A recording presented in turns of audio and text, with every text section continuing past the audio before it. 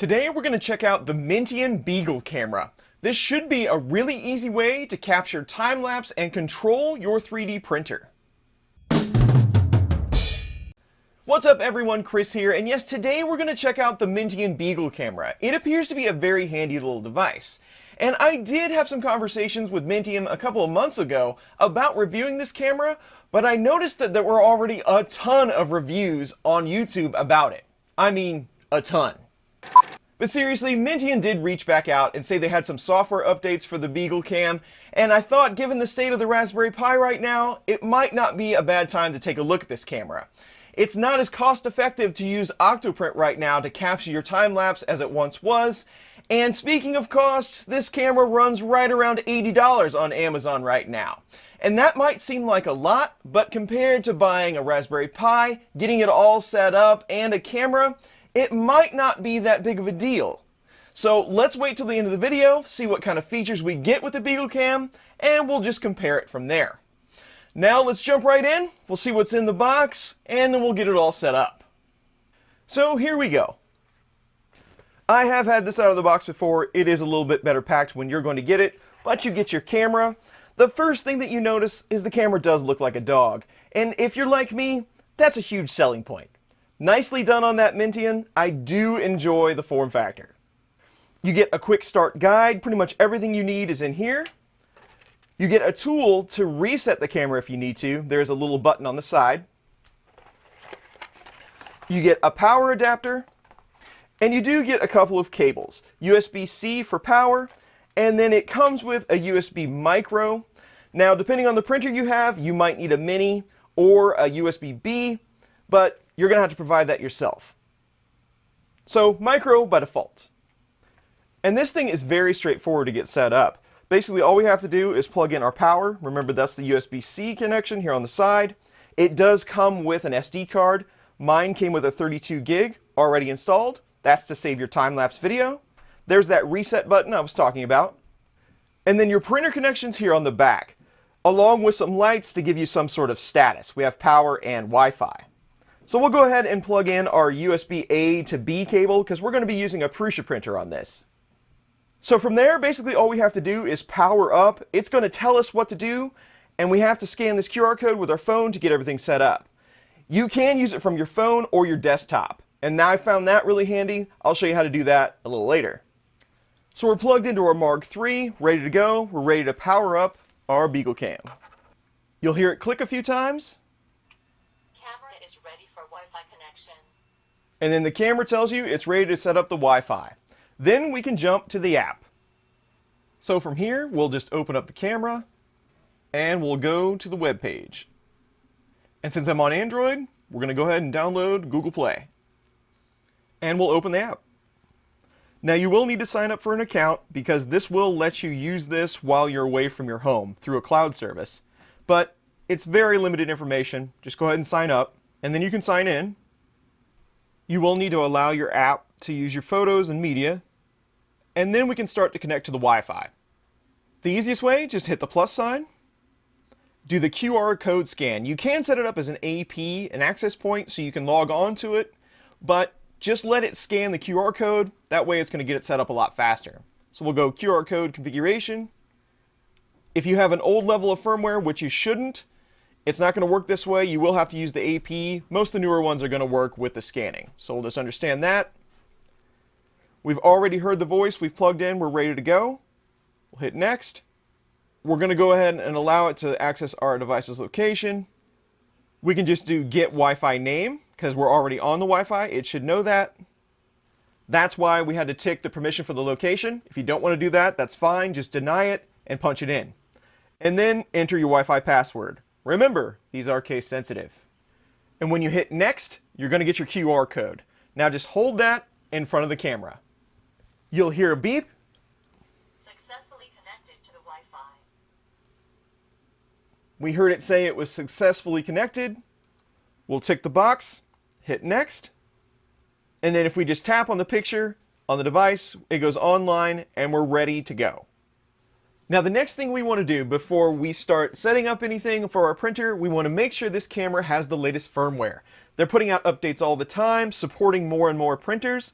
And if you hit the upgrade button down here, it's going to give you some advice on how to update the camera based on the current firmware that you're using. We are on 1.1.3, so it's pretty straightforward to get it updated. All we have to do is get a new bin file and load it to the SD card. So we can head to the Mintion site. And if there's one suggestion I can make for Mintion is to make this a little bit more intuitive. There's no support or anything if you go to mintion.net, but if you hit Shop Now, that takes you to a third-party site, or what looks like one, but you do get support for the Beagle camera. If you just hover over support, there's some Beagle print guidelines. And there's a lot of helpful guides right here to help you do different things with your Beagle cam, including that firmware update. It spells it out all right here, but basically all we have to do is go to the download page and download the newest firmware.bin file. It really doesn't matter what it's named as long as it says .bin on the end, and we can hit download. Once you have that bin file, you can just power down your camera and we'll grab the onboard SD card. We're going to mount it on the computer. We'll check out what's on it. Make sure there's no other bin files on here. We'll just delete this one for 1.1.3. And then we'll go to downloads and grab that 1.4 file that we downloaded, copy it, and paste it on our SD card. Then we can go back to the camera, mount it, and power up. The top of the SD card goes to the back of the camera. We'll slide it in, and we'll power back on. You're going to get an audio notification that the upgrade's going to start. The camera is upgrading. Please wait about 3 minutes. The camera will be restarted automatically. Successfully connected to the Wi-Fi. So we'll give it a couple of minutes, then we'll check back. Successfully connected to the Wi-Fi. When the upgrade's complete, you'll hear the camera click a few times. That means it rebooted. It's going to announce that it connected to the Wi-Fi since we are already set up. Your printer will probably restart at this point. Then we're ready with our firmware update. Now we need to talk about the 3D printers that are compatible with our Beagle camera. They are adding more and more all the time, but as you can imagine, those are mostly Marlin-based 3D printers. Klipper and RepRap are going to be a little bit harder to integrate with a setup like this. So keep that in mind when you're looking at purchasing one of these. I will show you the list of compatible printers at this point in time. From that same site I showed you before with the firmware update, there is a site on 3D printer compatibility. There's a pretty long list, but most of these are default configs. They're all Marlin based. So check back, inquire about support for Klipper and RepRap to see if that's in their roadmap. Now that the firmware is updated, we know our Prusa printer is compatible with our Beagle camera. We can go ahead and start configuring our camera to work with our Beagle cam. Now if you go to the home screen, you should see online if you're cabled up USB. I have had several times where it wouldn't connect automatically to my printer and I had to restart the app. So be aware of that. But you should be able to just click on this image. And when you're setting up the placement of your camera, it's important to note the default focal length is around 20 centimeters, and you will need to prop it up for certain types of machine. I've found that the Maker Box is great for a lot of i3 styles. Putting it right there in the front corner of the machine, I found makes a great looking time-lapse. But now let's go ahead and get our printer set up with the app and set some specifics based on our machine. We'll just jump to settings, and we'll change our printer name to something we know. I'm going to set mine to Prusa Mark 310, and we'll just go ahead and plug in our other information. We can scroll down. We've got a Prusa Mark 3S Plus. Automatically knows the printer size based on that information and the baud rate. And we'll hit save. Now in this settings screen, we're on this cog down here on the right. If you go up to the upper right cog, that's going to give you all of the other settings for this camera. Your Wi-Fi setting, it tells you all the networks that are available and your status.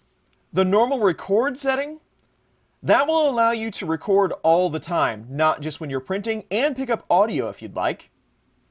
And then your time-lapse settings. These are the ones you're going to be most concerned with. You want to use clean time-lapse video? That's going to take a time-lapse like Octolapse would. It moves the print head out of the way, moves the bed in a certain area, takes a snap, and then puts it back. But when doing a time-lapse like that, you can cause some problems inadvertently with your print quality. That's where retraction length and speed are going to come in. You're going to be able to pull the filament back a little bit so you don't get any ooze or stringing due to the camera moving the print head out of the way. You can also set where that movement is. By default, it moves X to 2, so all the way to the left, and Y almost all the way out for the Prusa. It's a 210 bed, it moves it to 208. If you'd rather do that in the middle of the bed, this is where you change that up. So you're going to need to adjust this based on your printer setup, run a few tests, make sure you're not getting a lot of extra stringing, and then save it in here. But it does make for a really nice time-lapse. TFT card and storage, pretty basic, just gives you some information about your card. Time zone, you can adjust that based on where you are. Camera information, here's where you can get your IP, where you can go to it with your web browser. We'll take a look at that next. Also gives you your current firmware information. Firmware update, this is going to tell you if you're on the latest version. We are. Camera night vision, this camera actually does a really good job in low light situations.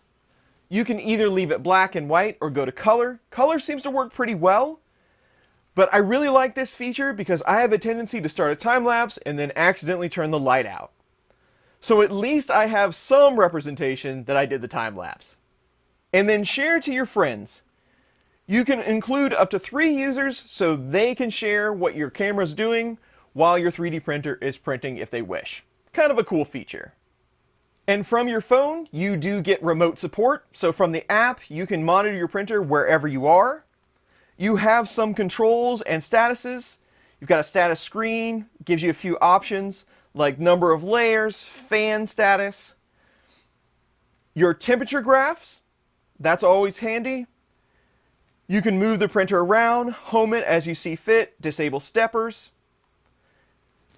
You can upload G-code files from your phone. That's not really handy for most of us. We'll see more of that when we get to the browser side.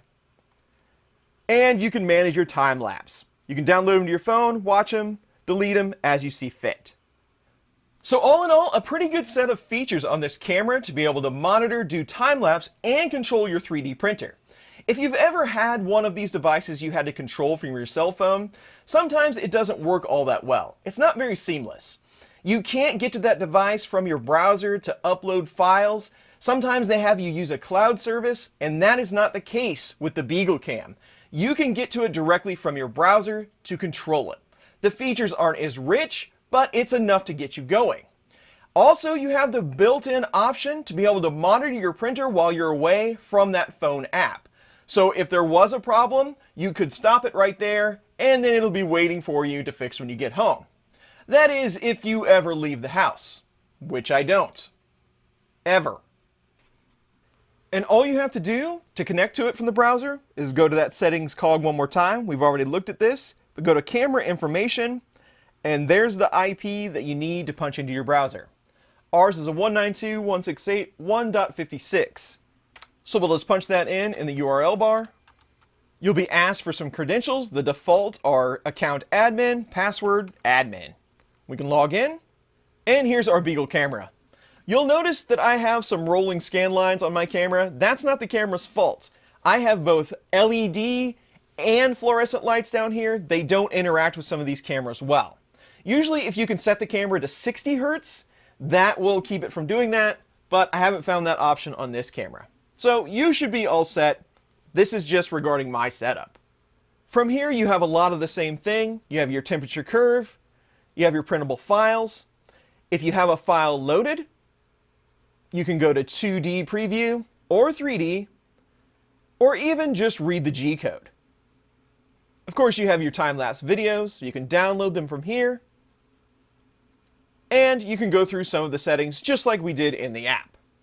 So basically, your workflow is going to be going to your slicer, grabbing your Benchy, slicing it for your printer, export your G-code. That'll be stored on the local computer after slicing. Then you can hit upload, select that file from your local machine, and send it over to the Beagle camera. The upload speed is fairly responsive. And from there, you can just hit print. The newest versions of the firmware on the Beagle camera are going to support pretty much any slicer you're going to run into, including Super Slicer and Simplify 3D. I use Prusa Slicer the most, and the one feature that I would like to see added to this camera is being able to send the G-code to the camera automatically and start the print. If you head to printer settings and you go to the physical settings up here on the cog, you can see there's different host types that are supported. Prusa Link, Octoprint, Duet, even Repetier. Prusa has added more and more of these over time. Hopefully the folks over at Mintion and Prusa get together and make that an option here in Prusa Slicer. That would be much appreciated. It would take one step out of this whole operation. So all in all, the Beagle camera is easy to use and easy to set up. But one of the biggest advantages of this camera is to be able to capture time-lapse. And with that added feature where it moves the print head and the print bed in a certain location, they do look fairly good. And I did a few of them, including one where I switched the light off so that you could see the low light feature. I did leave it in black and white, but it's still somewhat useful. You can definitely make out what's going on in the time-lapse. So let's check them out.